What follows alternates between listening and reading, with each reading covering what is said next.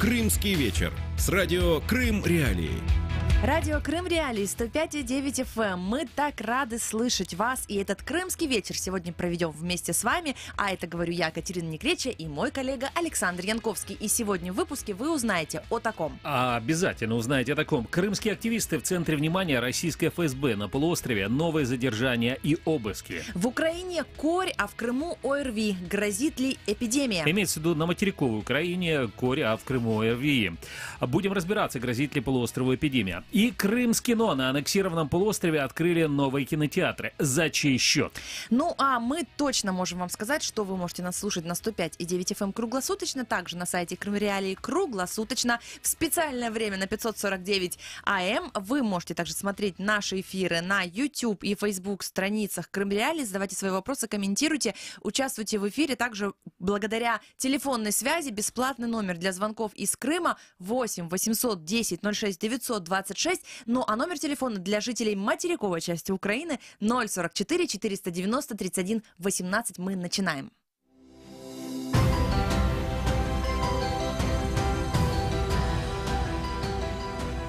Ищите сайт Крым Реалии в интернете. Наши страницы в Facebook, Twitter и ВКонтакте. Наши видео и фильмы на YouTube-канале Крым Реалии. Крымчане имеют право знать.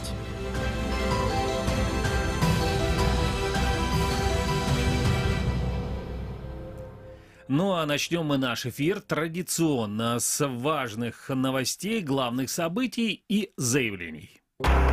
Новость дня.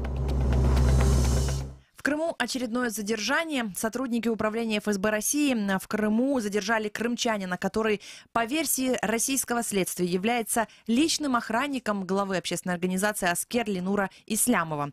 Российские силовики заявили, что задержанному 25 лет, имя его не разглашают, его обвиняют в участии в незаконном вооруженном формировании на территории материковой Украины батальона имени Намана Челебиджихана. Его арестовали, этого молодого человека, на 2 месяца. Тем временем командир крымско-татарского батальона имени Намана Челебиджихана Ленур Ислямов сообщил Крым Реалии, что, сообщил он АТР, это, что не знает человека, которого задержали в Крыму и которого ФСБ назвали охранником Ислямова. Ну и сегодня утром ФСБ в Крыму также провела обыски у родителей представителя гражданского формирования «Аскер» Эвелины Арифовой и крымчанина Бекира Абултарова. Оба, по версии российских силовиков, участники украинского батальона имени Намана Челебиджихана. Давайте послушаем Энвера Арифова и Эльмиру Абултарову, родителей Эвелины Арифовой и Бекира Абултарова.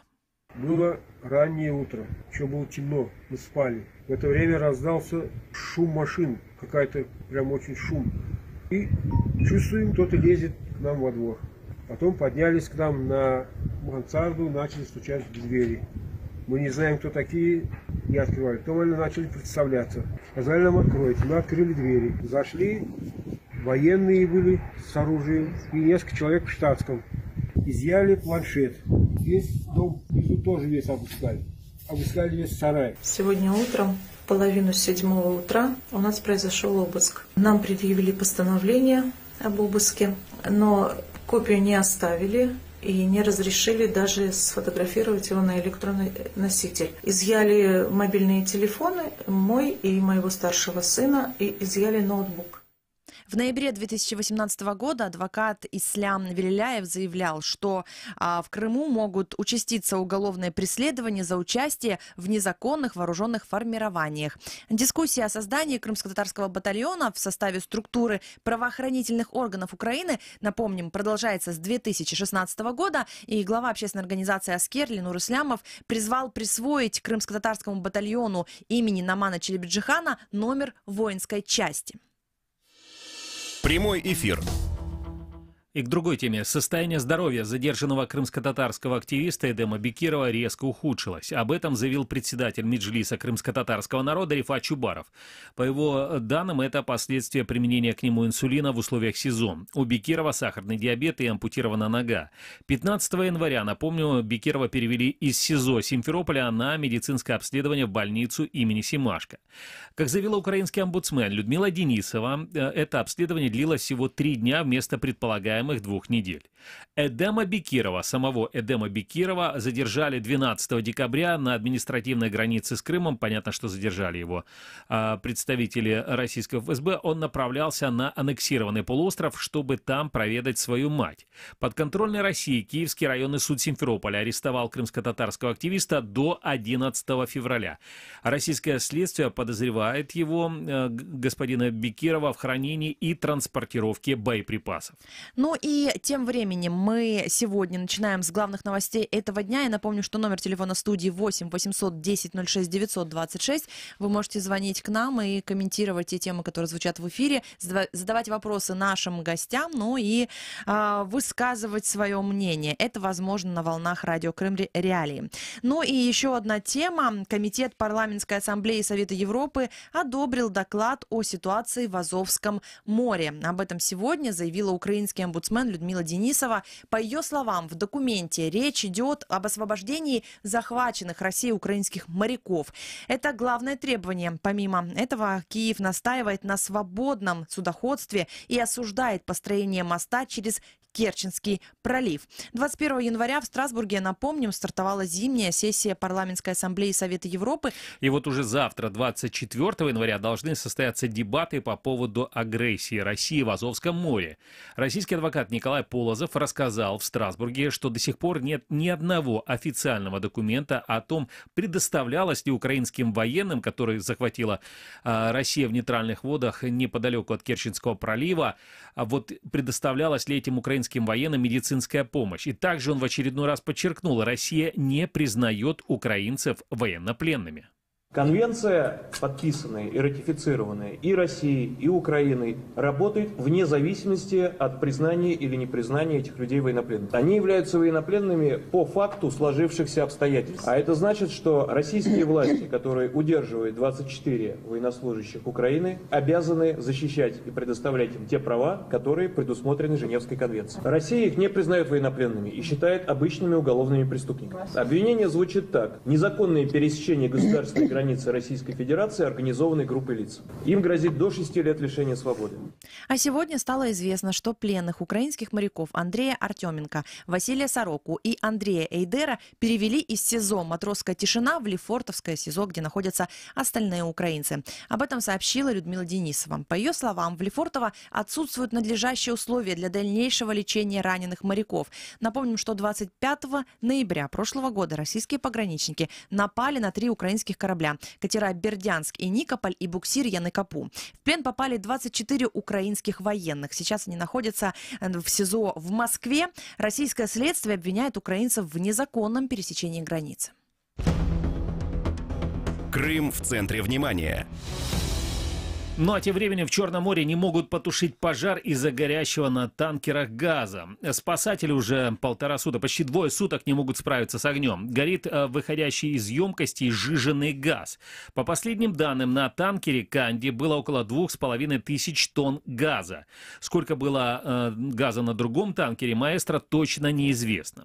На обоих кораблях начали рваться швартовые тросы. Об этом сообщили в Росморречфлоте. Оба танкера начали двигаться. «Канди» сместился вдоль корпуса «Маэстро» на 20 сантиметров.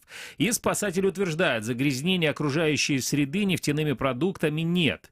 В Черное море с Керчи вернулся буксир «Меркурий», который продолжает поиски тел моряков. И напомним, 21 января в Черном море загорелись 2 танкера. Они незаконно перевозили газ в Сирию. Из 32 моряков, которые находятся на танкерах, удалось спасти 12 человек. Тела 10 моряков нашли в море. Поиски еще 10 человек продолжаются.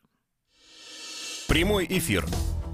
15 лет за решеткой. Угадайте, для кого такой приговор требуют украинские прокуроры. Ну, Александр, если вы можете подсмотреть в сценарий, да. Наши слушатели этого сделать не могут, значит, слушайте. Но это человек, лет. Наверное, близкий к науке. Это нет. Это ну как, подождите, почему? Как это нет? Он же был И остается, наверное же. Вы Он про же писал, профессора? да, он же Ага. писал в анкете, когда он подавал документы на президентских выборах в 2004 Да. году. Он написал в собственноручной автобиографии, что он профессор с двумя «ф». Профессор. И вот тогда многие как бы за него проголосовали. Наверное, потому что тоже посчитали, что теперь профессор надо писать с двумя буквами. Я смотрю комментарии быстро, смогут ли люди вот оперативно угадать, о ком же сейчас пойдет речь, но как-то все зависли. Зависли, наверное, На потому этом. что за него голосовали. Ну, возможно. Ну вот, дело в том, что украинские прокуроры требуют 15 лет для Виктора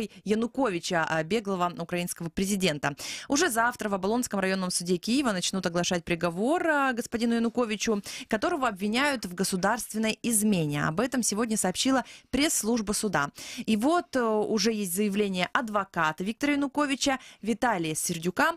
Тот заявил, что его подзащитный не будет участвовать в оглашении приговора, потому что его должным образом об этом не проинформировали. То есть, так бы принял бы участие. Приехал бы в Киев и принял бы участие, если бы его должным образом бы проинформировали. Вот получается, наверное, так. Логика, наверное, такая. Но если вдруг вы забыли, то Виктор Янукович бежал из Украины в 2014 году. В июне 2017 года Оболонский районный суд Киева принял решение о начале специального судебного производства в отношении экс-президента. Януковича судят сразу по нескольким статьям Уголовного кодекса Украины, в том числе это госизмена, пособничество России с целью изменения государственной границы и территории Украины, пособничество в ведении агрессивной войны.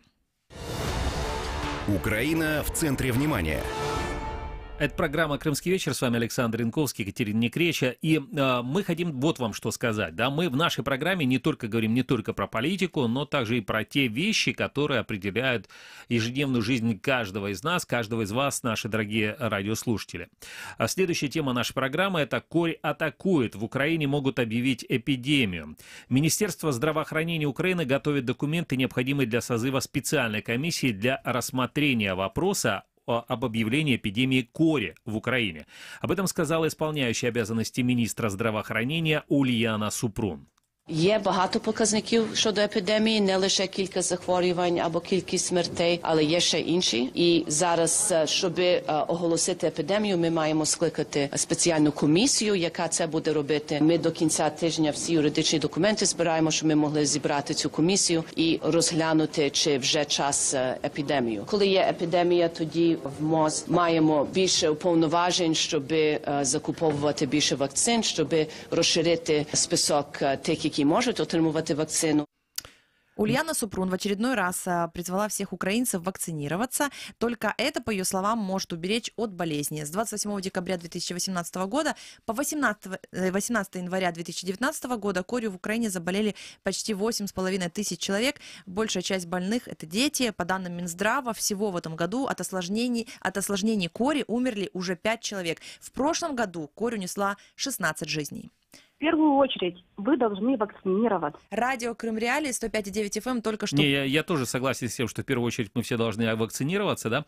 Но вот мы еще что хотели вам сказать. Пока, значит, вот есть возможность того, что все-таки будет объявлена вот эта эпидемия кори на материковой Украине, а вот в Крыму за неделю увеличилось количество заболевших ОРВИ, острой респираторной вирусной инфекции.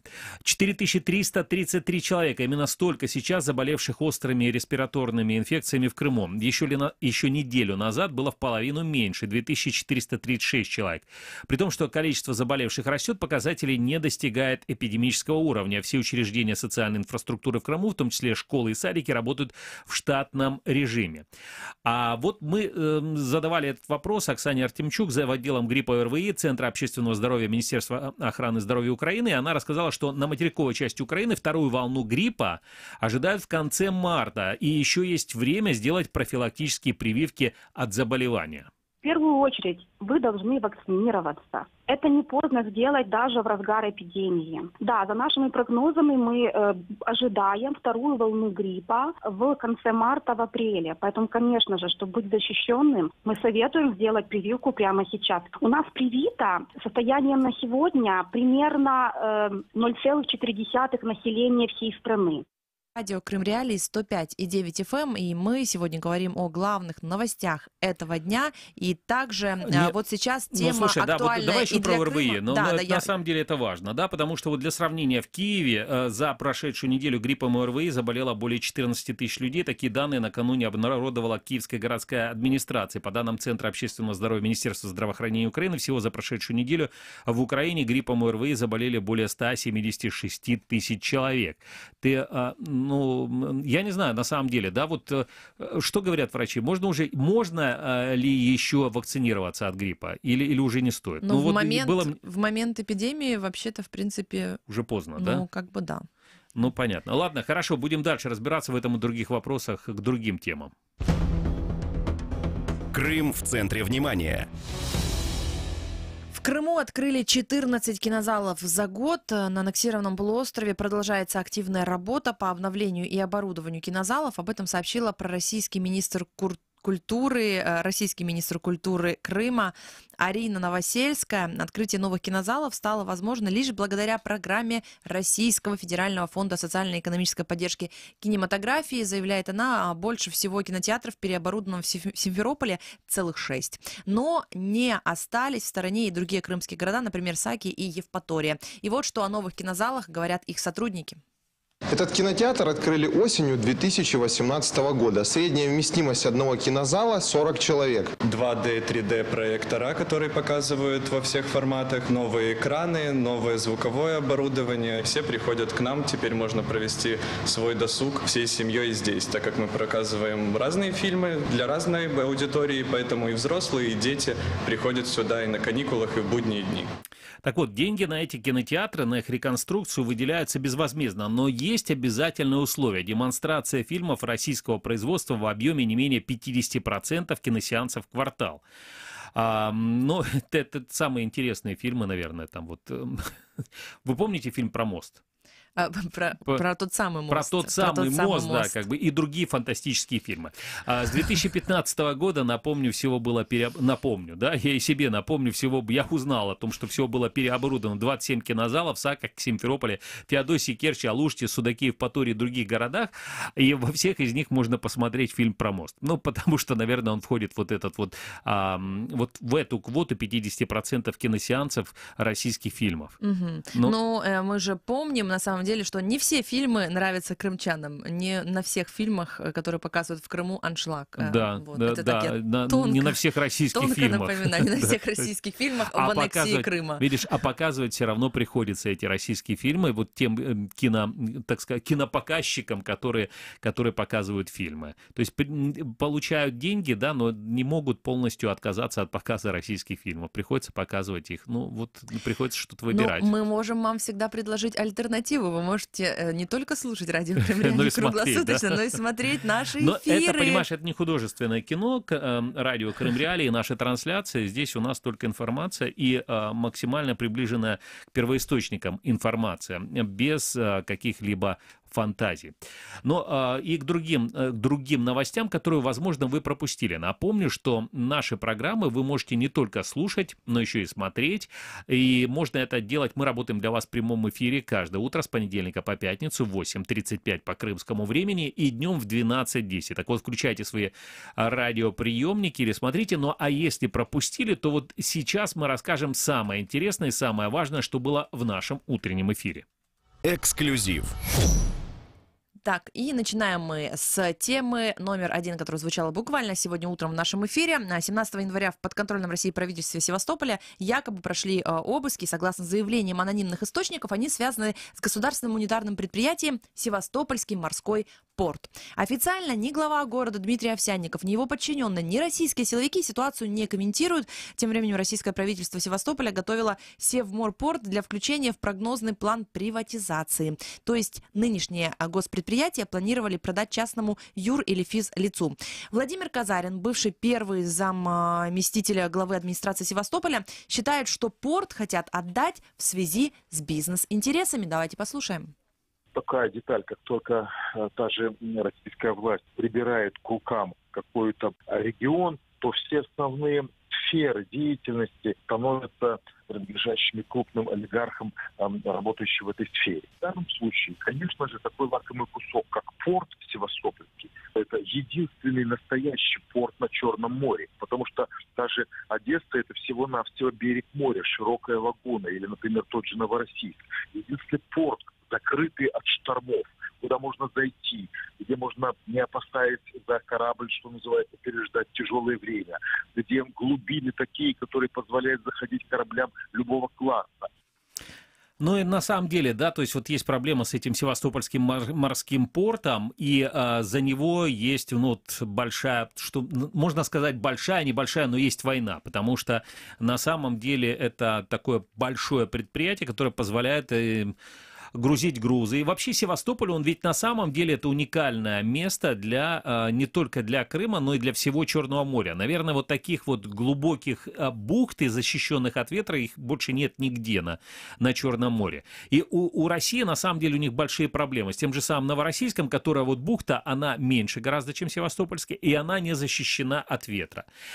Порты Азовского моря, они точно так же страдают от ветра, и они мельче, там приходится постоянно делать дноуглубительные работы, ну а других портов просто-напросто у России нет. Вот теперь они получили контроль над Севастопольским морским портом, который находится на территории аннексированного полуострова. Ну что ж, мы продолжаем нашу программу.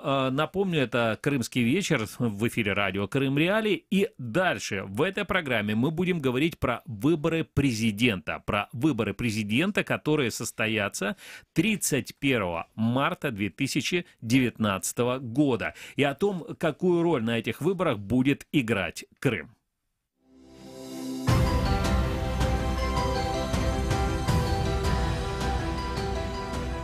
Ищите сайт Крым Реалии в интернете. Наши страницы в Facebook, Twitter и ВКонтакте. Наши видео и фильмы на YouTube-канале Крым Реалии.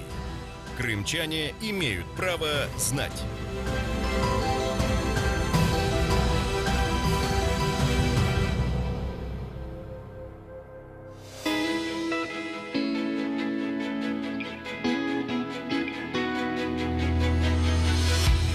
Интервью в эфире радио Крым Реалии. В эфире радио Крым Реалии, программа «Крымский вечер». С вами Александр Янковский. И напомню, что нас можно слушать на территории Северного Крыма на частоте 105,9 круглосуточно, а также на частоте 549 кГц, то есть на средних волнах, на территории всего полуострова, но только утром в 8:35 и днем в 13:10. Ну и, конечно же, круглосуточно нас можно смотреть, слушать и читать на сайте Крым Реалии. Я представляю нашего гостя. Это Искандер Бареев, член Меджлиса крымско-татарского народа, председатель Комитета защиты прав крымско-татарского народа. Искандер, приветствую. Добрый вечер. О чем мы сегодня будем говорить? 28 декабря уже прошлого года активисты Международного движения за освобождение Крыма и солидарность с крымско-татарским народом Liberate Crimea презентовали кампанию «Кандидат, скажи, чей Крым?». И тогда спикеры проинформировали о целях и задачах кампании, а также методах мониторинга, который направлен на поиск в программах кандидатов в президенты Украины наличия плана по деоккупации Крыма, а также плана мероприятий по защите прав человека в оккупированном Крыму и о реализации коллективных прав крымско-татарского народа в Украине.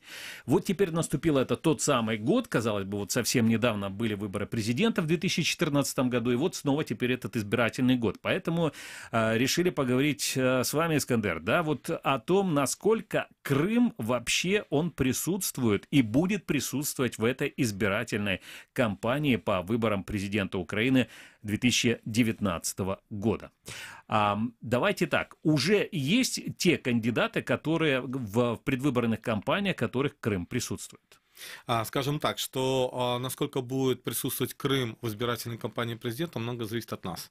Насколько мы будем поднимать этот вопрос, насколько мы будем привлекать внимание кандидатов в президенты Украины и насколько мы будем ставить приоритетные вопросы проблемы Крыма. И поэтому мы инициировали такую кампанию. И сама кампания, она началась в связи с началом избирательной кампании, она началась 30 декабря, и до 4 февраля практически проходят выдвижение всех кандидатов в президенты Украины. Ага. И с 9 числа... Да, из 9 февраля, по сути дела, 9 февраля это уже тот период, когда мы должны будем практически проанализировать большую часть программ. Потому что 9 февраля уже завершается процесс регистрации. И после 9 февраля мы будем проводить пресс-конференцию, где будем давать информацию уже полного анализа. То Теперь, есть сейчас касается... вы фактически, Искандер, то есть вы фактически немножко решили сработать на опережение, да, так сказать, предложить, напомнить о том, Конечно, что есть в первую очередь проблема мы должны Крыма. дать посылы кандидатам в президенты Украины, что мы, как движение, международное движение Liberate Crimea, мы будем отслеживать, поскольку мы нейтральное движение в политическом вопросе, а выборы президента это все-таки очень важное политическое событие в Украине. Кроме того, очень важно понимать, и в том числе посыл гражданам Украины, что именно в компетенции президента являются международные отношения, в компетенции президента является Конституция Украины, в компетенции президента является обороноспособность. И как раз все эти вопросы как раз-таки касаются Крыма. И отвечаю более конкретно на ваш вопрос, на сегодняшний день, вчера были съезды, когда выдвигали еще, по-моему, 3 кандидатов в президенты, но на вчерашний день 12 кандидатов в президенты уже зарегистрированы. Мы можем апеллировать только в том случае или анализировать, когда будут уже зарегистрированы кандидаты в президенты, их программы будут официально опубликованы, и, соответственно, мы можем анализировать эти официальные программы. Вот из 12 кандидатов, я бы сказал бы, в первую очередь подчеркнул бы, у каких кандидатов нет вообще темы Крыма. И на сегодняшний день я могу... Это в выступлениях или в программе? Нет, в программе. Я могу назвать 2 кандидатов в президенты, у которых о Крыме абсолютно ничего в программе нет. Это кандидат в президенты Садовой, мэр города Львова. Так. И второй это кандидат в президенты, народный депутат Каплин. Вот у этих 2 кандидатов вообще нет ни слова о Крыме. И поэтому мы в процессе, вот когда мы сделаем презентацию и сделаем презентацию нашего анализа, у каких кандидатов нет вообще информации о Крыме, я могу допустить, что, может быть, Садовой забыл про Крым.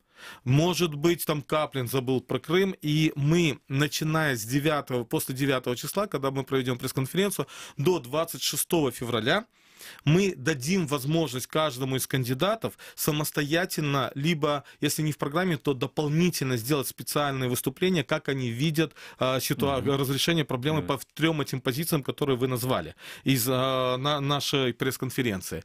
Если до 26 февраля эти кандидаты не исправят, так сказать, свои ошибки, то, соответственно, мы будем вручать им черные метки и, соответственно, сообщать всем украинцам о том, что некоторые кандидаты говорят, что они в 4 раза понизят стоимость газа, цену на газ, это не в компетенции президента, а в компетенции президента как раз-таки восстановление целостности Украины, в компетенции президента как раз-таки разрешение конституционных каких-то изменений и так далее, инициативы, потому что гарантом Конституции является именно президент. Таким образом, мы будем давать посыл гражданам Украины, избирателям, о том, что вообще компетентны или некомпетентны те или иные кандидаты. Потому что если они баллотируются и не знают, чем они должны заниматься, то тогда люди должны знать, что за таких кандидатов голосовать просто нельзя.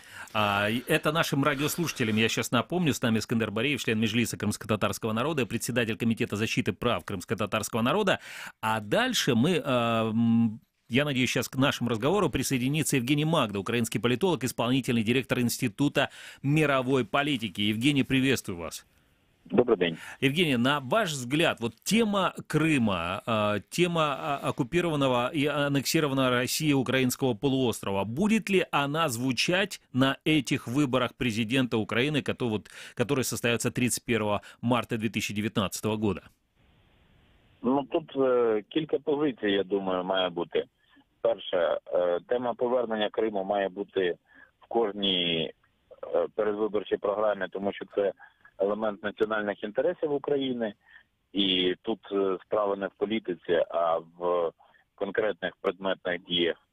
Друге, де може бути різноманіття, це тема кримсько-татарської автономії, як депутати будуть до неї ставитись, тобто не даруйте кандидати в президенти, які будуть до цього підходити.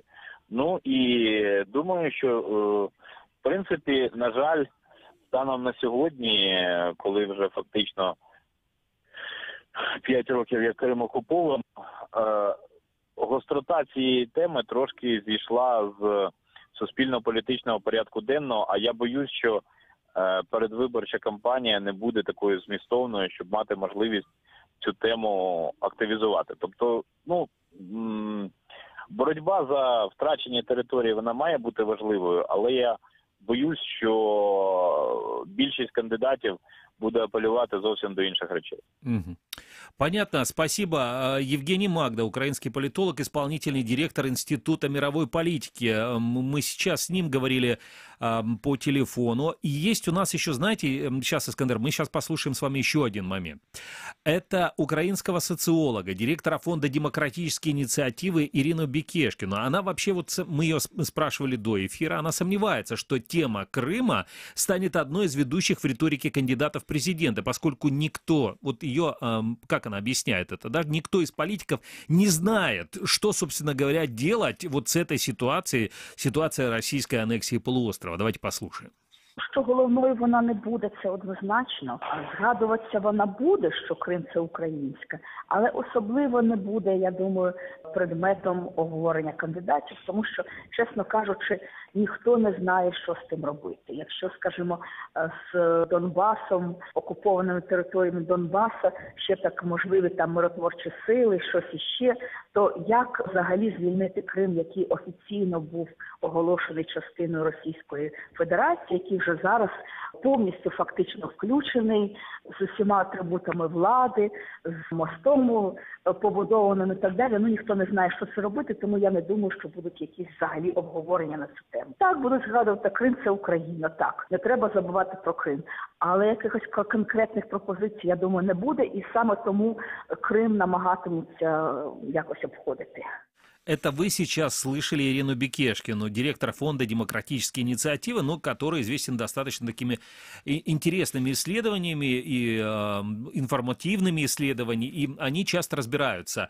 Почему это важно, да, наши дорогие радиослушатели? Потому что выборы все-таки, да, это выборы, когда люди идут в Украине, никто не определяет, кто будет главой государства, никто там из обкома не назначает, или из какого-то там сходника не назначает, опять-таки. Люди идут на выборы, и они своими голосами определяют, кто будет президентом в следующие 5 лет. Но важно также и то, что люди, вот эти теперь политики, они же говорят и разговаривают с людьми и объясняют людям, за что они хотят, чтобы проголосовали, да, в основном, опять-таки ориентируясь на социологию.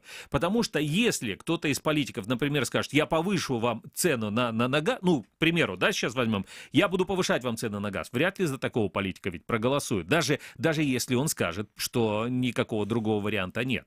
Теперь возвращаясь вот к ситуации непосредственно с Крымом. Может быть, действительно вот эта тема, тема Крыма, да, по мнению Бекешкиной, она не будет на этих выборах, потому что не сформировали за эти 5 лет, не сформировали в том числе и политики украинские вот такой запрос на постоянное присутствие крымской тематики. Однозначно, то, что на сегодняшний день, я не знаю, несмотря на то, что я в экспертной группе работал при РНБО, но я не знаю, что есть стратегия вообще государственная по деоккупации Крыма. Возможно, она есть и под грифом «секретно», потому что мы все-таки работали, мы все-таки давали какие-то материалы, мнения и так далее. Но дело в том, что я с госпожой Ириной не могу, с одной стороны, я полностью соглашаюсь в том плане, что некоторые просто будут писать «Крым – это Украина», и в некоторых программах у некоторых кандидатов мы уже видим просто одна фраза «Крым – это Украина», все. И каким образом, что будут делать, об этом ничего не говорится. Но я пока не буду называть имена этих кандидатов, но я все-таки думаю, что тема Крыма должна войти в 5 топовых тем, и мы над этим будем активно работать для того, чтобы привлекать внимание, потому что после 26 февраля, как я уже говорил, кроме черной метки, мы будем ходить в специальные, наши активисты будут посещать штабы и кандидатов, и, соответственно, будем привлекать внимание кандидатов к тому, чтобы они одели футболку Liberate Crimea и, соответственно, сказали о том, как они видят. Но все-таки я думаю, что у двух, как минимум, лидеров избирательной гонки, у Петра Алексеевича Порошенко и правда, он еще не зарегистрировался, мы его программу не видели, но я думаю, что Крыму уделено большое внимание, и, насколько я владею информацией, скорее всего, будет уделено большое внимание и у кандидата Юлии Тимошенко, потому что я знаю, что в ее команде есть достаточно активные крымчане, которые будут муссировать эту тему, и которые будут учитывать эти проблемы. И, кроме того, насколько я знаю, когда она проводила свою встречу, то в Крыму она посвящала определенный раздел, посвящала Крыму. Поэтому наша задача, в первую очередь, конечно же, и правильно было сказано, вернуть, используя вот это важное политическое событие в Украине, Крым ввести в самые топовые темы. Кроме того, после выборов мы планируем, что мы в том числе будем мониторить, а что делает непосредственно президент после избрания.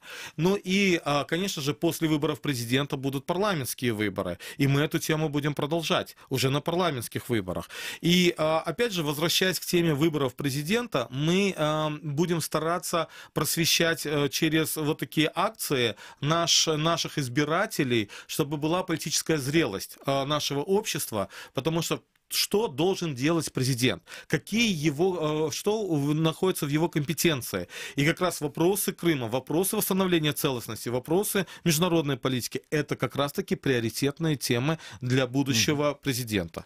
Это Искандер Бариев, который в гостях в нашей студии. А далее мы будем говорить с Николаем Давидюком, украинским политологом, директором аналитического центра «Политика». Николай, приветствую вас. Доброго вечера. Николай, сегодня мы говорим вот как раз о теме Крыма в президентской кампании самых разных кандидатов в президенты. И вообще о том, насколько тема Крыма удобна или неудобна для кандидатов в президенты. На ваш взгляд, эта тема, будет ли она каким-то образом для тех или иных кандидатов выигрышна или наоборот? То есть, например, будут критиковать действующего президента, говорить, что вот посмотрите, вы там что-то обещали, не сделали. Или наоборот, поскольку есть мнение, что не знают, что делать с темой Крыма, поэтому будут замалчивать. Вот как Крым, на ваш взгляд, он будет вообще фигурировать и будет ли на этих президентських виборах? Скажімо так, тема Донбасу на дану виборчу кампанію буде більш гучною, і її будуть використовувати набагато частіше, гучніше. В той же час, наприклад, обмін військовополоненими, якраз таки тема врегулювання, тому що це гарячий конфлікт. А Крим все ж таки це, скажімо, така тиха окупація, і тому в дану виборчу кампанію, можливо, він не буде таким гучним, як би потрібно було б. Тому що насправді це одна з найбільших дискусій цієї виборчої кампанії. Хто ж має бути тією людиною, яка зробить все можливе для того, щоб звільнити українців, які знаходяться сьогодні там практично в заручниках. Але ви праві в тому, що велика кількість кандидатів, особливо тих, яких була при владі або дочасно до влади, в 2014 році, в момент бездіяльності під час окупації Криму, зрозуміло, що вони це будуть замовчувати, частина навіть взагалі не буде йти на вибори для того, щоб не отримувати ці незручні запитання, і зрозуміло, що потім не намагатися придумувати для цього свої недолугі відповіді. Тому насправді ми будемо бачити, як тема Криму буде замінюватися, але буде замінюватися дуже близькими до Криму темами, тому він, по суті, буде присутній в медіапросторі. Наприклад, Азов. Ага, то есть ситуация прохода там свободного через Керченский пролив, Азовского моря і так далі. Але ми не зможемо говорити про Азов, забуваючи про Крим. Тому навіть бажання політиків зманіпулювати і не виставляти Крим на фронтах політичних обговорень, все рівно він буде присутній. І зрозуміло, що кількість політичних полонених в російських кремлівських в'язницях, вона надзвичайно велика, і те, як вони себе ведуть, наприклад, як Сенцов, це героїчні лідерські подвиги, про які говорить сьогодні весь світ, вони теж не даватимуть забути якраз таки це під час виборчої кампанії. Друга річ, яку варто сказати, ідея замовчування Криму надзвичайно вигідна Путіну. Згадайте серпневу зустріч Путіна і Трампа в Хельсінкі, і Путін кілька разів намагався спровокувати, що питання Криму закрито. Тому будь-який український політик, який буде намагатися замовчувати тему Криму чи Донбасу, варто ось цю діяльність розцінювати як свідоме підігрування ворогу, свідоме підігрування Путіну. Тому ці теми не повинні вилітати, вони не повинні бути замінені чимось іншим, що на думку там їхніх політтехнологів чи штабів видається більш резонансним чи важливим. Але з точки зору державності, державного суверенітету, якраз таки Крим і Донбас сьогодні це найголовніше питання цієї виборчої кампанії. Спасибо. Николай Давидюк, украинский политолог, директор аналитического центра «Политика», был на прямой телефонной связи со студией радио «Крым Реалии», а в нашей студии Искандер Бариев, член Меджлиса крымско-татарского народа, один из инициаторов вот этой вот акции, да, кампании, да, можно назвать, о том, чтобы вернуть Крым, Крым именно в такое вот существенное наполнение президентской кампании в Украине и выборов президента, которые состоятся 31 марта 2019 года. Я смотрю, то есть вы тоже согласны с Николаем Давидюком, да, есть вот этот момент, мне кажется, что многие очень, да, политики, когда говорят о том, что есть проблемы, это не только украинские политики, когда говорят, что надо решить проблемы с Россией, там, прохода через Керченский пролив, через Азовское море, и как-то там, всем поразумітися, да, и, в общем, прийти к этому консенсусу, многие выводят за скобки все-таки российскую аннексию Крыма. Дело в том, что, по сути дела, после оккупации Крыма мы видим дальнейший процесс, это оккупация акватории Азовского моря. И поэтому я полностью согласен с тем, что все равно существует прямая связь между проблемой Азовского моря и проблемой оккупированного Крыма. Они просто взаимосвязаны. Они связаны именно, проблема оккупации Азовского моря была связана с тем, что оккупирован Крым и построен мост незаконно. Поэтому здесь я бы сказал, что неудобно политикам будет другая тема, крымско-татарской автономии, где как раз-таки мы ставим 3 вопроса в комплексе, почему мы ставим 3 вопроса в комплексе? Потому что мы считаем, что одним из вопросов по деоккупации Крыма является крымско-татарский фактор, который может помочь Украине восстановить целостность Украины. И поэтому мы связали все 3 вопроса. Это защита прав человека в Крыму, разрешение коллективных прав крымско-татарского народа, то есть право на самоопределение, и, соответственно, сама деоккупация. Мы даже даем подсказку, шпаргалку кандидатам, скажем так. Искандер, смотрите, вам скажет кандидат в президент, он скажет, я же вам не могу ничего ответить по поводу крымско-татарской автономии, потому что я не являюсь президентом сейчас, да, потом, я когда стану президентом... Подождите, я здесь с вами не согласен. Любой кандидат... со мной надо сказать, любой кандидат — это потенциальный президент. Да. Если он уже зарегистрировался и начал бороться за президентскую должность, значит, он должен знать, что он будет делать на 2-й день после выборов или в 1-й день после выборов. Соответственно, и Крым у него должен быть одним из приоритетных вопросов, потому что именно с Крыма началась проблема оккупации Украины. И ведь мы, когда говорим о проблеме с Российской Федерацией, это не просто оккупация территории Крыма, это в том числе и экономические вопросы, это и акватория Азовского моря, это продолжение оккупации Черного моря, потому что есть у ряда, скажем, аналитиков Черноморского бассейна о том, что дальше этап будет Российской Федерации максимально взять под контроль Черное море, для того, чтобы потом выйти в Средиземное море. Поэтому это и вопросы гибели более 12 тысяч граждан Украины в связи с этим конфликтом. Это и вопрос Донбасса. И поэтому, когда мы хотим разрешить нашу проблему и восстановить целостность нашего государства, то тот потенциальный кандидат, который знает хотя бы пошагово, что он может сделать или что он будет делать. Другой вопрос. Мы не можем, мы не должны требовать то, что это будет, допустим, на завтрашний день. Как, допустим, Порошенко в свое время, помните, да, он говорил, что он в течение месяца решит вопрос на Востоке.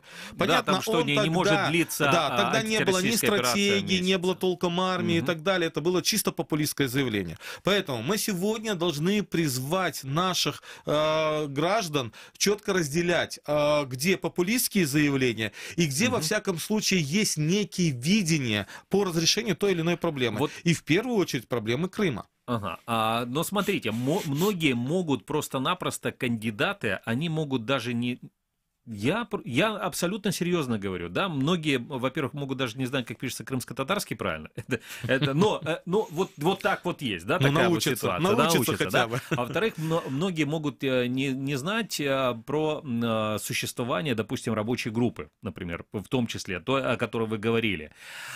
И еще один момент. Теперь возвращаемся, но всему можно научиться, на самом деле. Я думаю, с вашей помощью многие политики станут больше понимать о том, что же произошло в Крыму, да, и какая может быть стратегия по возвращению Украины контроля над своим полуостровом. Но есть еще один момент. Вот вы неспроста заговорили опять-таки про реалистичность сроков. В середине января уже этого года бывший посол Соединенных Штатов Америки Джон Хербст, посол он в Украине, он в интервью телеканалу «Прямой» рассказал о том, что Москва не вернет, по его мнению, Крым даже через 15 лет. А в то же самое время Киев не пойдет на какие-либо компромиссы, я так понимаю, вне зависимости от того, кто будет президентом, в отношении Крыма ради Донбасса. Но давайте послушаем прямую речь.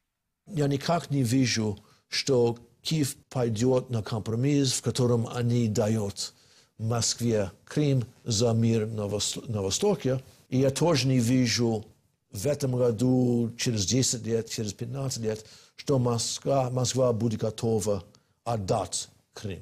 Поэтому они могут решить оставить это в покое пока. И Запад не будет признать российский суверенитет. Будет как Прибалтика с 1940 года в Советском Союзе.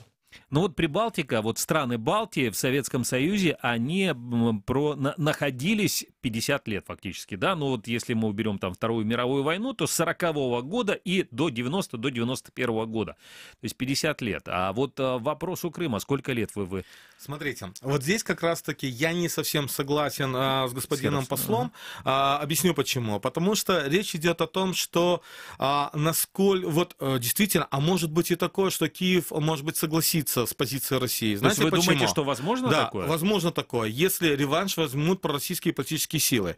Я не исключаю, что Российская Федерация, если она вмешивалась в выборы президента Соединенных Штатов Америки, не будет вмешиваться в выборы президента Украины. И, конечно, Российская Федерация будет дешевле способствовать тому, чтобы пророссийские кандидаты пришли к власти. И, соответственно, это не военные действия, это намного дешевле. И, соответственно, снова взять под контроль Украину и, соответственно, Киев.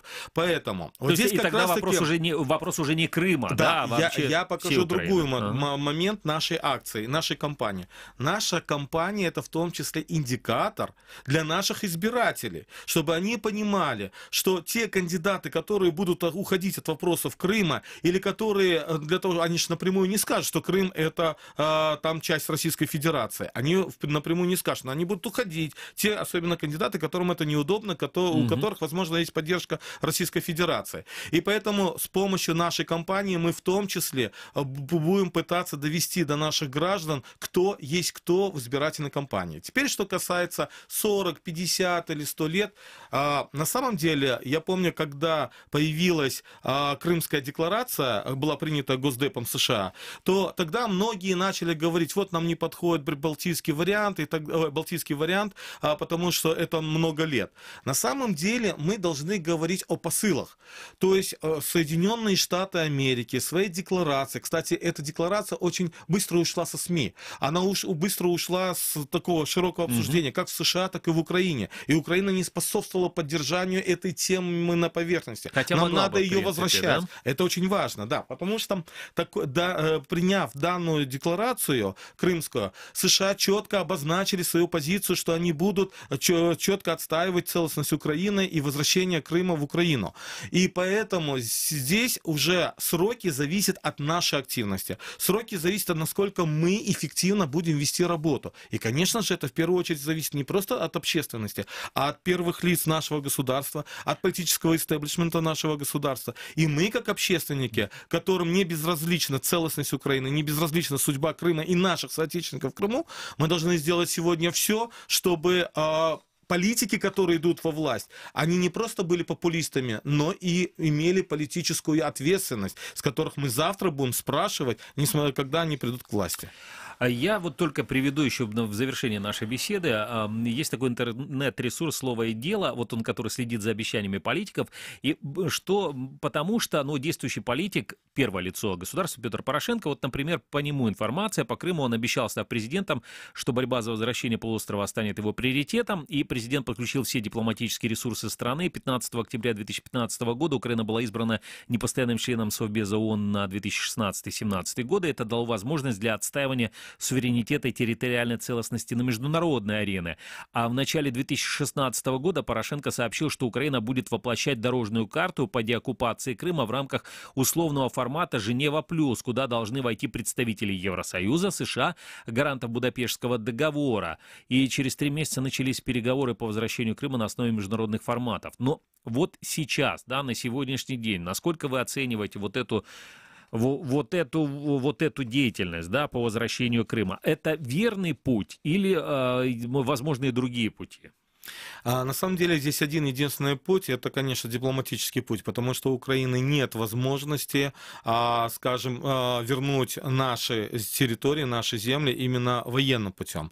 Поэтому в данном случае я считаю, что на самом деле за эти 5 лет действительно было немало сделано на дипломатическом уровне. Это и принятие резолюции, это и признание на международном уровне, что Крым является оккупированной территорией, а Российская Федерация страной-оккупантом. И то, что у нас сейчас есть дела в международных судах, в том числе в Международном суде ООН, Украина против Российской Федерации.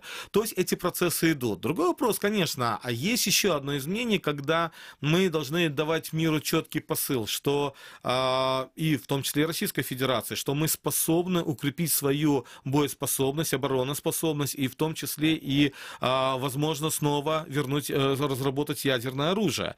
Понятно, это ресурсные вопросы, это экономические вопросы, и поэтому на данном этапе, мне кажется, важно, что и делается, сохранить тех союзников, которые у нас есть, а это практически весь западный мир, и мы видим, как на международных площадках, в частности в ООН, коллективно готовятся резолюции, которые, в принципе, потом выносятся, и как минимум, вынося эти проекты резолюции на рассмотрение Генеральной Ассамблеи ООН или на Третий комитет, мы уже четко понимаем, что минимум 35-40 голосов у нас, по сути дела, уже есть.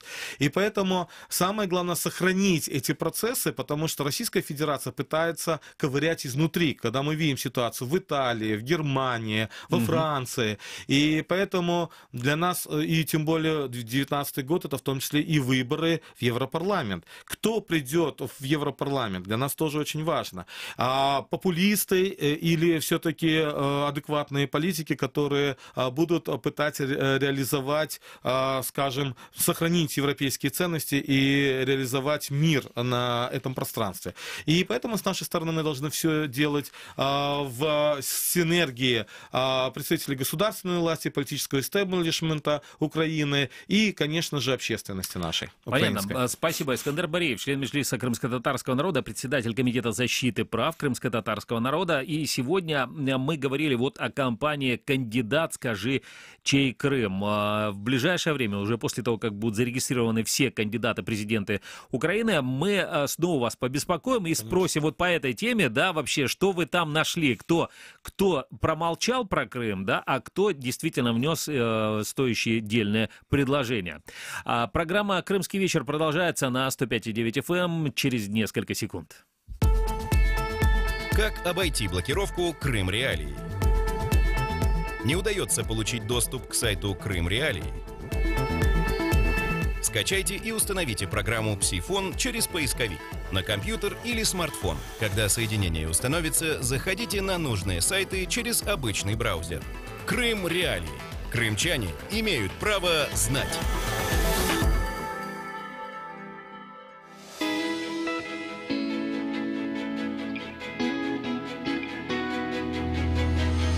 Крымский вечер с радио Крым Реалии.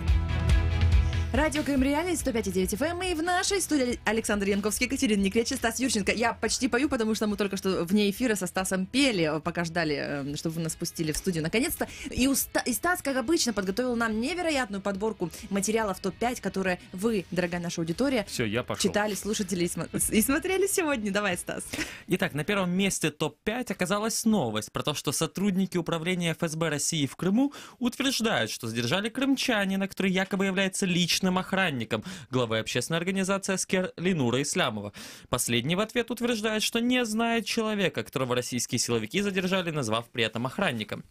Перейдем ко второму месту. И это мнение Виталия Портникова, Курилы в обмен на Крым. Процитирую.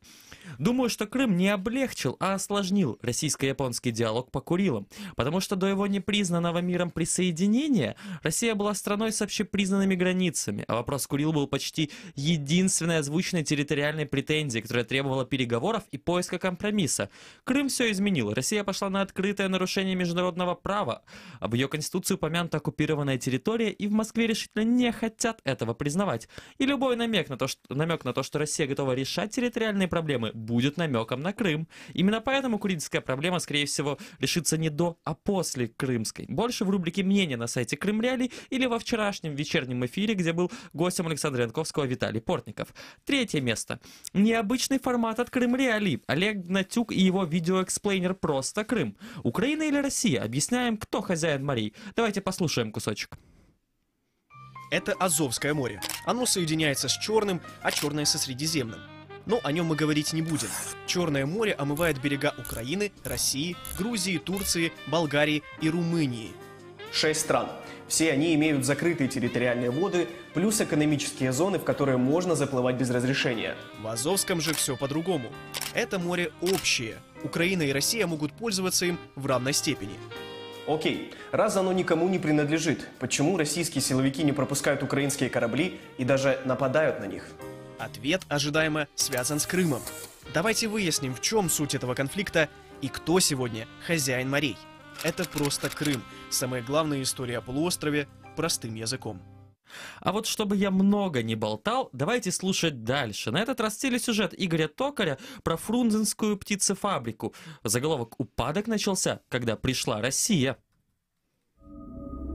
Заброшенные поля, пустые улицы, а на птицефабрике тишина. Так сейчас выглядит село Фрунзе.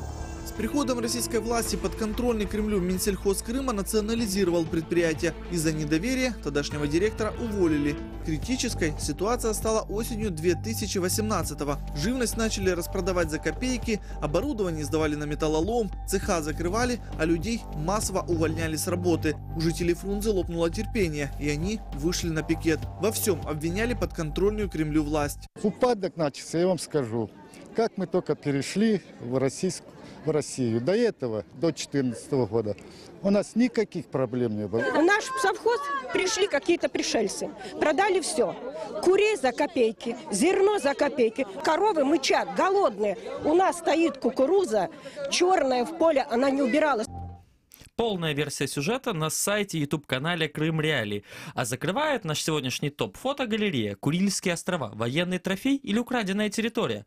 Для России это военный трофей, для Японии украденная территория. Через 70 лет после окончания войны две страны продолжают противостояние за право владеть 4 островами. Около 19 тысяч россиян живут сейчас на этих спорных территориях. Рыболовство – основной источник дохода местного населения. Но инфраструктура разрушена, и перспективы экономического развития выглядят очень печально. Слушай, да, извини, конечно, ну как ты можешь называть вообще военным трофеем? Это же исконно русские названия. Итуруп, Шикотан. Екатерина, вы смеетесь, а вы что, в 4-м после школы не проходили? Да, вы не проходили это все и в 5-м. Плохо в Борисполе школьное образование. Вы считаете, что я должна помнить эти классы? Да, еще там какие-нибудь Хабамай какой-нибудь. Я, кстати, не помню про Крым, что было. Или я действительно так... Это же не Крым, это Курильские острова. Простите, я просто комментарии читаю. Я не поняла, о чем вы. Простите. Да. Но мы еще в эфире вообще. Дальше, да. Дело в том, что в 2005 году один из изгнанных с острова Японца все же побывал на острове. Он заметил, что его бывшая родина теперь, цитирую, «потерянная земля». Да, вот это все вот, были, да? Это все были материалы. Весь топ-5. Слушай, ну давай так, я сейчас расскажу, мы еще расскажем про новости будущего. Есть очень интересная новость. Во-первых, в Крыму назвали сумму самой большой и самой маленькой взятки. Самая большая взятка в 2018 году составила 3 миллиона рублей, самая маленькая 2000 рублей. Ну, конечно, а вы тут рассказываете все время, что жизнь стала, да, конечно, что стало плохо. 2000 рублей можно пойти и купить. Вот экономический рост. Слушай, чего мне интересно, за что взятка в 2000 рублей вообще? За что это может быть взятка 2000 рублей? Но тут у меня нет подсказки, нет подсказки. Ладно, хорошо. Оставляйте ваши это варианты в комментариях. Это взятка за попытку дать взятку, может быть. Может быть, да. Тут есть еще, кстати, да, может быть, хотя даже думаю, гаишник, да, и тот бы обиделся. Да, и тот бы обиделся бы на 2000 рублей. Ну да, посмотреть цены в магазинах, конечно. Хорошо, есть еще одна новость. Ученики школ в Кемеровской области падают в голодные обмороки. Это не связано напрямую с Крымом, но, да, это очень важно, потому что в Кемеровской области участились случаи голодных обмороков детей в школах. По словам российского уполномоченного по правам ребенка Дмитрия Кислицына, часть учеников не в школе, поскольку родители не могут оплатить обеды. Зато могут оплатить Крым. Раньше обмороки в школе были единичными, теперь покатился целый ком, по словам Кислицына. Такая ситуация наблюдается в сельских школах, а также среди детей, которых привозят в школы из поселков. И омбудсмен обратился за помощью к коммерческим организациям, которые уже оплачивают еду для 11 учеников. Ну, в принципе, заплатили за Крым, что уже и здесь-то не заплатили. Но тем временем в Симферополе сразу 2 кражи женских аксессуаров, поэтому будьте осторожны, потому что солнцезащитные очки и женская обувь нынче, в общем, актуальны у вот этих людей, которые крадут чужие женские аксессуары. Вот так вот, да, ясно. Не без таких новостей. Александр Янковский, Катя Некречи, Стас Юрченко. Это «Крымский вечер». Работаем для вас круглосуточно на 105,9 FM или же на сайте Крым Реалии. До новых встреч.